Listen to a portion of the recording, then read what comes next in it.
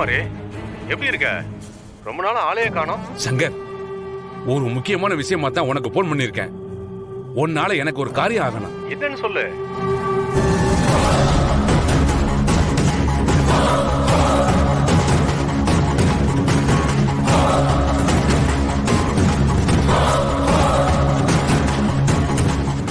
Okay Shankar.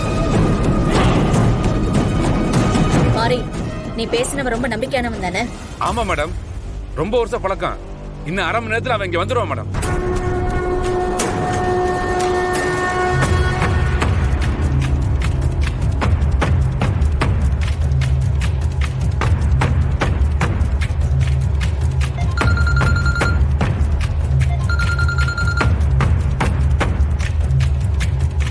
Hello மாரி, நீ அனுப்பின லொகேஷனுக்கு நான் பாடியோட வந்துட்டேன். நீ எங்க இருக்க?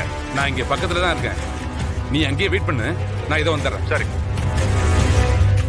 மேடம், பாடி வந்துருச்சு. நான் போய் வாங்கிட்டு வந்துடுறேன். டேய் வாடா. வரணும். டேய் ஒரு நிமிஷம். இங்க பார், இதுல நாங்க சம்பந்தப்பட்டிருக்கிற விஷயம் வேற யாருக்கும் தெரியக்கூடாது.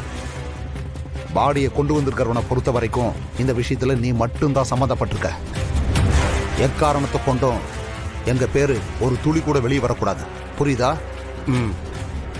ஏங்க, மாரிக்கு அதெல்லாம் நல்லா தெரியுங்க. ஒருவேளை நம்ம பேர் அப்படி வெளியே வந்துச்சுன்னா அவனுக்கு என்ன நடக்கும்னு நல்லாவே தெரியும். மேடம், நீங்க இந்த விஷயத்துல கவலைப்பட வேண்டிய அவசியமே இல்லை. என் உயிரே போனாலும் உங்க பேரை நான் சொல்ல மாட்டேன். என்ன நீங்க முழுசா நம்பலாம். அதையும் மீறி சொன்னா நீங்க என் குடும்பத்தையே அழிச்சிருவீங்கன்னு எனக்கு நல்லா தெரியும் மேடம். டேய் வாங்கடா.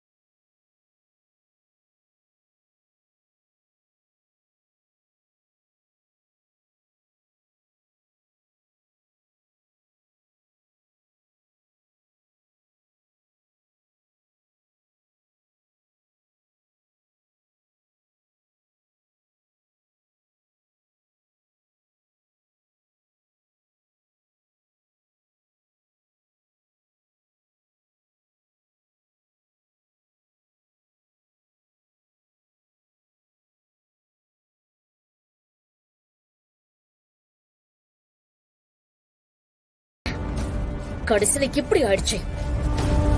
அந்த மாரி ஆதி கையில மாட்டி மொத்த கதையும் கெடுத்துட்டான். மேடம், நல்ல வேலை அந்த மாரி நம்மள மாட்டி விடல. அவன் மட்டும் கோர்ட்ல வந்து எல்லாத்துக்குமே காரணம் நாம தானே சொல்லியிருந்தா என்ன ஆயிருக்கும் யோசிச்சு பாருங்க. ஆமா மித்ரா, தலைக்கு வந்து தலப்பாவோட போச்சு. பவானி, நீ டென்ஷன் ஆகாத. எப்படிங்க, எப்படி முடியும்? மித்ரா நம்ம தப்பிச்சிட்டோம்னு சொல்றான். ஆனா அந்த பாரதி இப்போ வெளியில வந்துட்டான். நம்ம இவ்ளோ பார்த்து பார்த்து பிளான் பண்ணியும் கடைசியில இப்படி ஆயிடுச்சு. இப்ப நம்ம அதை பத்தி யோசிச்சு எந்த பிரயோஜனமும் இல்ல. இப்ப நம்ம ஆதிகிட்ட மாட்டாம தப்பிச்சதே பெரிய விஷயம்.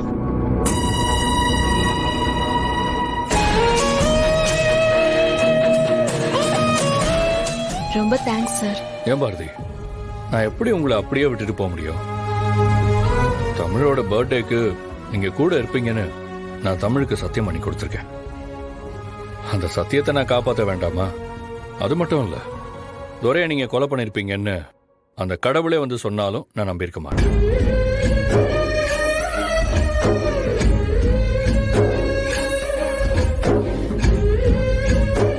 ரொம்ப தேங்க்ஸ் மேடம். இந்த உதவியை நான் எப்பவும் மறக்க மாட்டேன். நான் எதுவுமே பண்ணல ஆதி. இந்த கோர்ட்டோட நேரத்தை நீங்க வர வரைக்கும் கொஞ்சம் தள்ளி போடணும்னு நினைச்சேன். அது நடந்துச்சு, அவ்வளவுதான். பாரதி விடுதலையானதுக்கு காரணமே நீங்க தான். நீங்க மட்டும் சரியான நேரத்துக்கு சம்பந்தப்பட்ட குற்றவாளியோடையும் சாட்சிகளோடையும் வராம போயிருந்தா பாரதிய இப்ப நம்ம வெளியே கொண்டு வந்திருக்கவே முடியாது. ரொம்ப தேங்க்ஸ் மேடம்.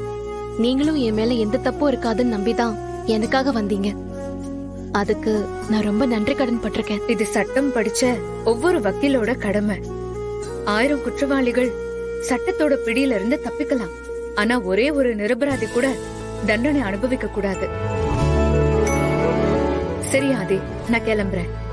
உங்களுக்கு வேற எந்த உதவி தேவைப்பட்டாலும் நீங்க எப்ப வேணா என்ன காண்டாக்ட் பண்ணலாம். Thanks madam.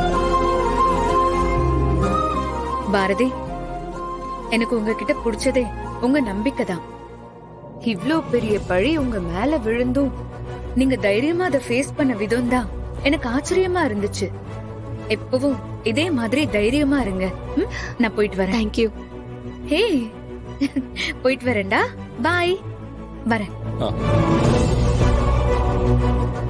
அண்ணி, நியாயம் கண்டிப்பா ஜெயிக்குங்கிறத உங்களை மாதிரி ஆளுங்க சட்டத்துக்கிட்ட போராடி ஜெயிச்சு வர்றப்பதான் தெரியுது.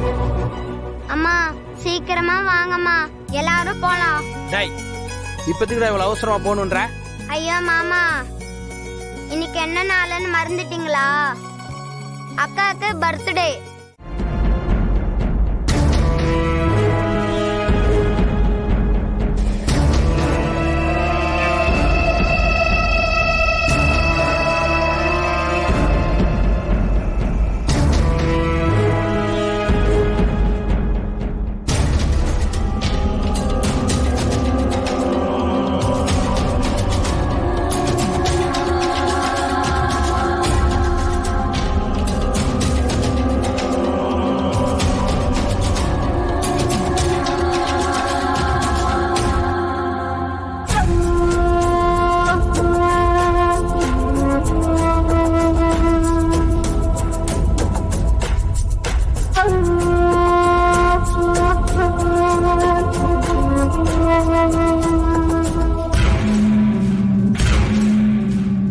கூடிய சீக்கிரத்துல உன்னை பார்க்கறதுக்காக நான் உன்னை தேடி வருவேன்.